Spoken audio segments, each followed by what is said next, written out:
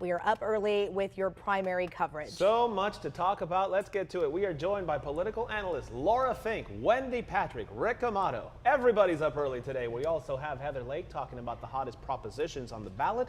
That is Prop H and Prop I.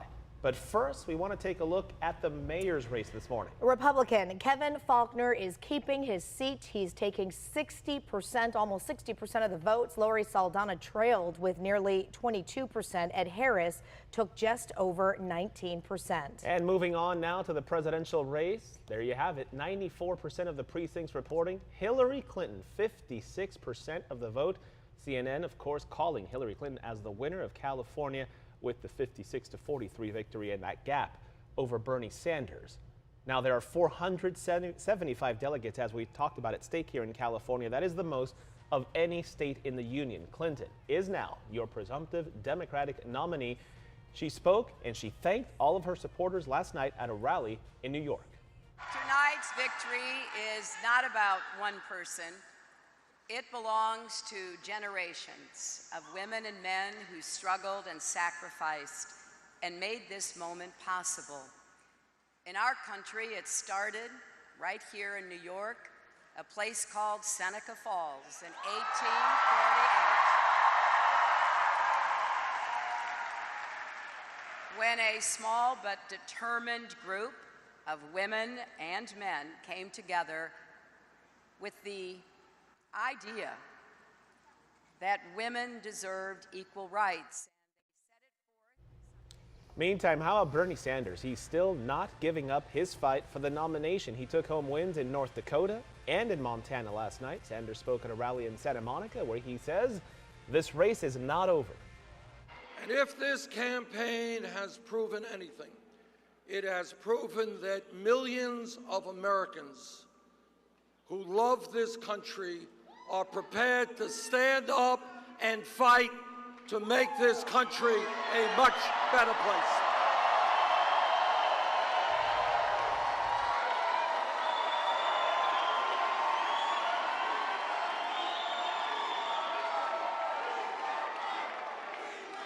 Thank you all. The struggle continues. Meantime, Donald Trump also taking home a win in California with 94% of the precincts reporting he has 75% of the votes. There are 172 delegates up for grabs, and Trump says this latest win will help bring people together. Some people say I'm too much of a fighter. My preference is always peace, however, and I've shown that. I've shown that for a long time. I've built an extraordinary business on relationships and deals that benefit all parties involved, always. My goal is always, again, to bring people together. But if I'm forced to fight for something I really care about, I will never, ever back down, and our country will never, ever back down.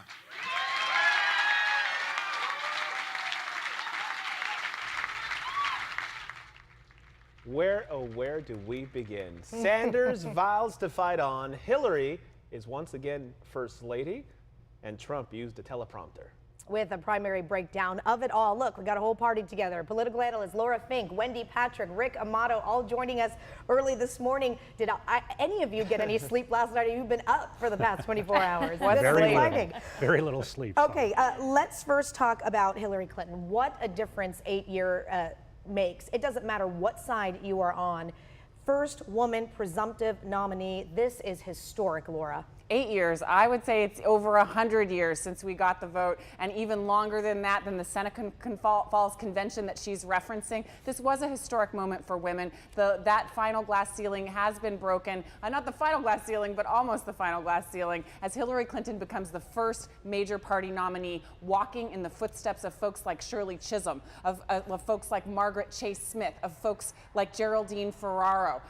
She is finally reaching her goal and the country's goal of having a woman come close to attaining the highest office in the land. Laura, you keep referencing and talking about this glass ceiling. She did as well several times last night. Rick and Wendy, stand by. I want us to hear what she said, and then we'll get to you guys. Watch this.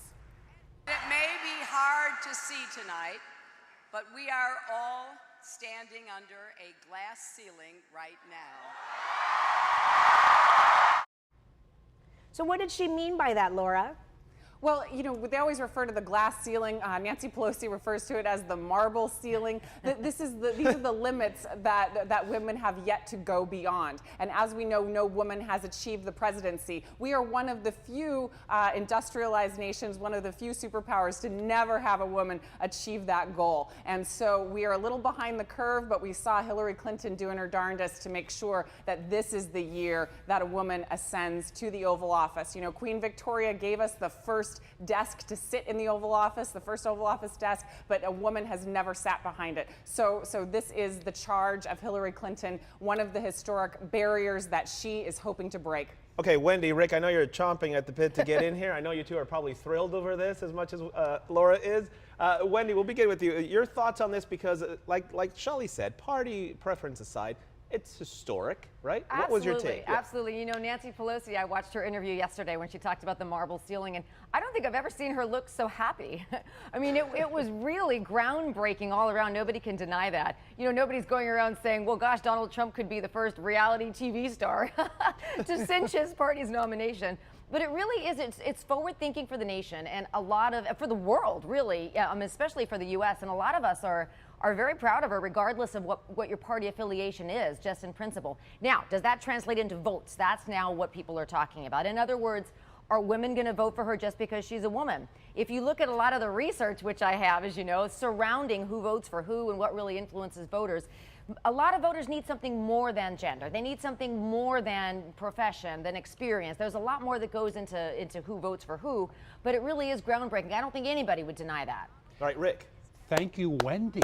Wow. Thank you. We're getting applause at 4:07 in the morning. Wow. Listen, as I listen to my esteemed colleague Laura speak, I just shiver over identity politics. Let's go vote for Hillary, not because of her track record or her performance, but because of her demographic. I think the American people, by and large, are bored with that. And just look at her campaign. There's an enthusiasm gap in that campaign. There's an enthusiasm falter, if you will. Listen, Donald Trump may not be the first woman, but he's the first outsider. And that is going to resonate with people. And the Clinton campaign is now seeing that with the polling numbers in which they trail, but within a margin of error. In terms of all this excitement that I'm hearing from Laura about the first women nominee, let's get this clear. Democrats, unfortunately, and both parties play dirty, don't get me wrong, and none of us like it, but Democrats are big on creating wedges. Remember when Sarah Palin was the vice presidential nominee?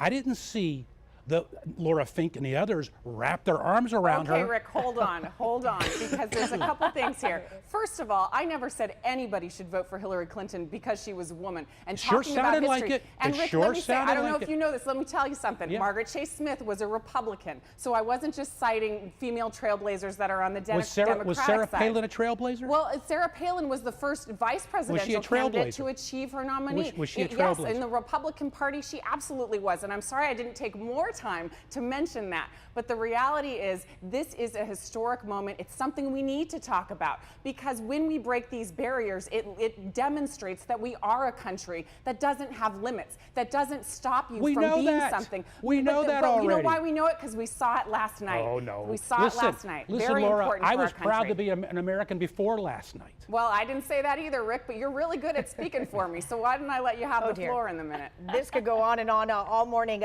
Guys, It's too early for me. It's too early for me with all of this. He joins us a little bit later. Okay, real quick, I want to talk about Bernie supporters. He's still refusing to throw in the towel. What does this mean at this point? Wendy? Well, I got to tell you, Bernie is in a tough spot right now. Now, it would have been totally different had he taken a win in California last night. Then, you know, his path forward argument might have had more merit. What he's probably thinking about now, and you got to wonder whether that's what he talked about with President Obama, right, is whether or not he's going to press forward.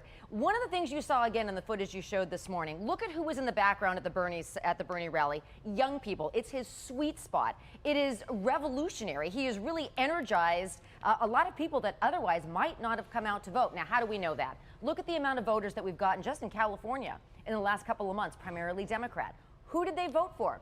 Did they not vote at all, even though they were registered? Because yesterday it was announced that Hillary Clinton had the requisite amount of delegates. Or did they vote for Bernie Sanders because it's just ideologically and philosophically they believe what he stands for? I don't know about that, but he's got a tough decision to make because given all of that, he still didn't take California. And Laura, I wanted to talk to you because we've been talking about how this Bernie Sanders not leaving the race is hurting Hillary or is not hurting him. What is your take on the fact that he got out there last night and said, yeah, I'm staying till the convention, July 25th. I'm not going anywhere. What is your take on something like that? Why doesn't he leave? There is no question that Bernie's taken an awful long time to ride into the sunset, but I want to talk a little bit about his That's an supporters. understatement. and he's going to have to be nudged. President Obama will nudge him, and I think that he may be able to really be the one to make that difference. I think also the news cycle coming down on him pretty hard here is also going to help out. But let's talk about his supporters for a minute. About a third of his supporters say that in recent polls that they are ready to come home to Hillary. Another third of his supporters say that if a surrogate comes along that can work to persuade them, they are in fact persuadable. That's 2/3 of his supporters available to come home. Now, the last third are comprised of Republicans and independents, and there's some question as to whether they vote at all, but they're going to be harder to move. But 2/3 of support, when it goes beyond the Democratic base, is still pretty great. So Hillary is in solid stead as she looks toward the general. Okay, so we've talked about Bernie, we've talked about Hillary. Rick, I want to get your thoughts on Trump. What does this mean from here on out for him? Well, it was interesting that he first of all, it was very interesting that he used the teleprompter. I was glad to see it. Amen. I was glad to see he wasn't using it. I was refreshed to see he wasn't using a teleprompter in the past. Now I'm relieved to see his using one.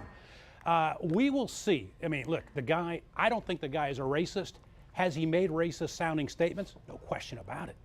I don't think we're hearing the real Donald Trump based upon what he's been in. How do you tell America that when you make racist sounding comments, you're not a racist? No, Raul, you're right. You're absolutely right. And I'm basing that upon his history throughout his lifetime, his friends, his business associates, people I know of different ethnic backgrounds who are friends with him. That's what I base it upon. But that doesn't matter. You're right, Raul. When it comes campaign time, you can't have missteps. Raul, one of the reasons that people are relieved, including myself and Rick and anybody else that's been watching Trump, that he's using a teleprompter, is really a lot of his gaffes have been speaking too quickly, not thinking things through.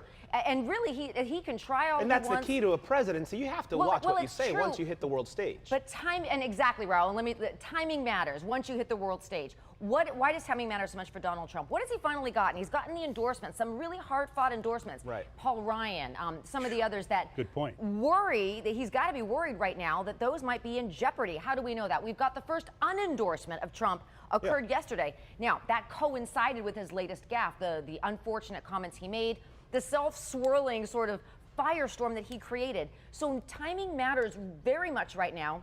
One of the things you saw online as the Twitter feeds were abuzz after his speech last night, not only did he use a teleprompter, but he sounded more presidential. He's got to pivot and go down that road instead of shooting from the hip. And Raul, let me say this. Sure. You know, Laura is saying that she's Wait. She's How about excited. what Rick is saying? She's excited. Rick is all about Laura saying this. She's excited because we have the first women presidential nominee. Okay. I'm excited because we had the first business person nominee. My entire adult lifetime, Sally and Raul, I have wanted a business person in that office. Was Mitt Romney wasn't good enough for you, Rick? Well, you know what? Mitt still had that. He inherited his business. Not that Trump didn't, but Trump inherited at a much smaller level.